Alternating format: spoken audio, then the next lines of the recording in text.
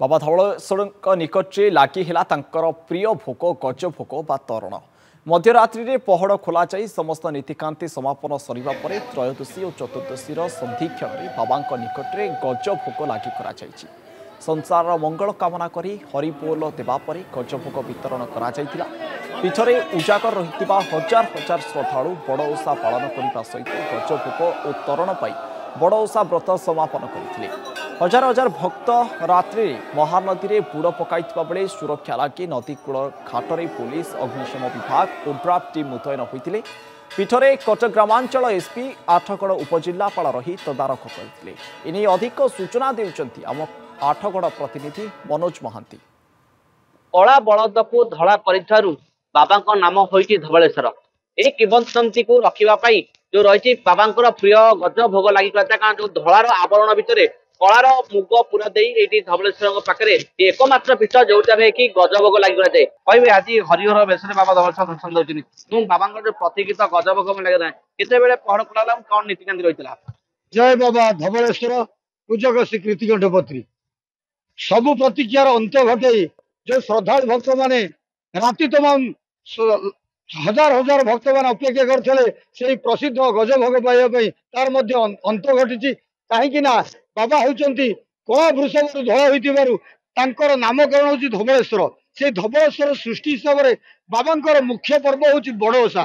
कहीं से जो गजमंडा भितर भाग मुग पूरा नड़िया पूरा प्रस्तुत ऊपर चाउल चून गठन होता मंडा तापर दुईटी चूड़ लगी थाए लिंग सदृश ताकू कहती गजमंडा तापर तरण से जो भोग त्रयोदशी जाऊ चतुर्दशी आसुव संधि मुहूर्त हरिहर भेट हो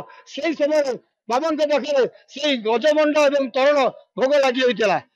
श्रद्धालु भक्त मानू से लगी सारापर भक्त मान बंटन करता कहीं आज हूँ धवलेश्वर पीठ चतुर्थ पंचुक और मंगलवार सबुठ प्रिय वेश हूँ हरिहर वेश जे कि बाबा आज भोर प्रत्युषु से 3 घटिया समय द्वार पीठा नीति आरंभ होता 108 सुभाषित जल बाबा को दुग्धरे अभिषेक कर अभिषेक पर मंगल आरती भोग खेचड़ी बाल्य भोग मिश्रण बाबा को भोग लगी कर बाबा घर्षण भोग लगी होता पुनः गज भोग तरण लगी होता जो श्रद्धा भक्त मैंने धाड़ी बांधि छिड़ा होते बाबा को दर्शन करने निमंते भीतर को प्रवेश कर बाबा को दर्शन करते कहीं बाबा होती डाकिले कला ठाकुर जे कि जी जहाँ भक्त आकार मानी था बाबा धवलेश्वर दुख शुणी था निश्चित ये जो आनंद भक्तिमय परिवेश बाबा धवलेश्वर पीठ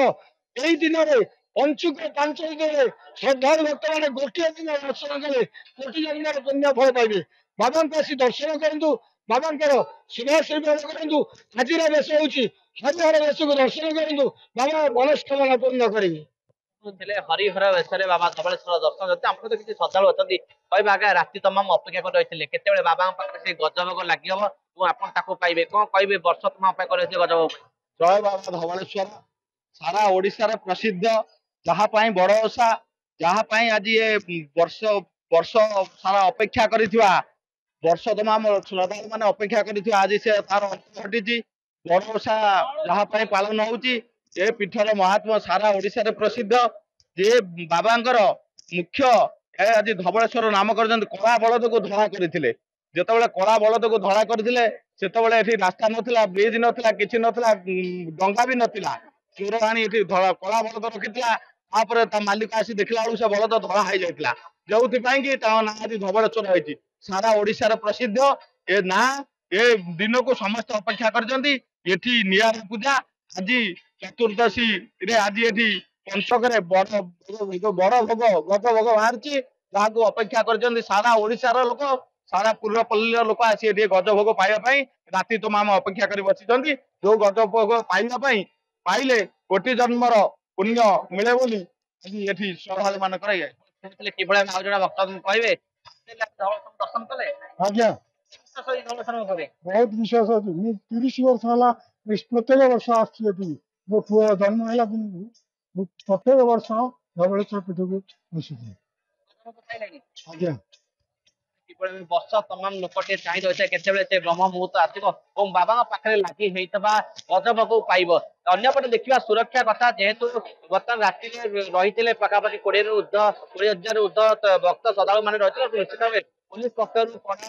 ପହରା ଦିଆଯାଉଥିଲା, ଯୋଉ ରହିଛି ନଦୀ ଘାଟରେ ଓଡ୍ରାଫ୍ ଟିମ୍ ନିୟୋଜିତ କରାଯାଇଥିଲା। ଏବଂ ଅନ୍ୟପଟେ ଯୋଉ ଦେଖିବା 15 ପ୍ଲାଟୁନ ପୁଲିସ ସହିତ ନିଜେ ଏସପି ପୀଠ ମଧ୍ୟ ରହି କିଭଳି ଭାବେ ଭିଡକୁ ନିୟନ୍ତ୍ରଣ କରାଯାଇପାରିବ ସେଥିପ୍ରତି ଦୃଷ୍ଟି ଦେଇଛନ୍ତି। ଧବଳେଶ୍ୱର ପୀଠରୁ ମନୋରଞ୍ଜନ ମହାନ୍ତି, ନନ୍ଦିଘୋଷ ଟିଭି।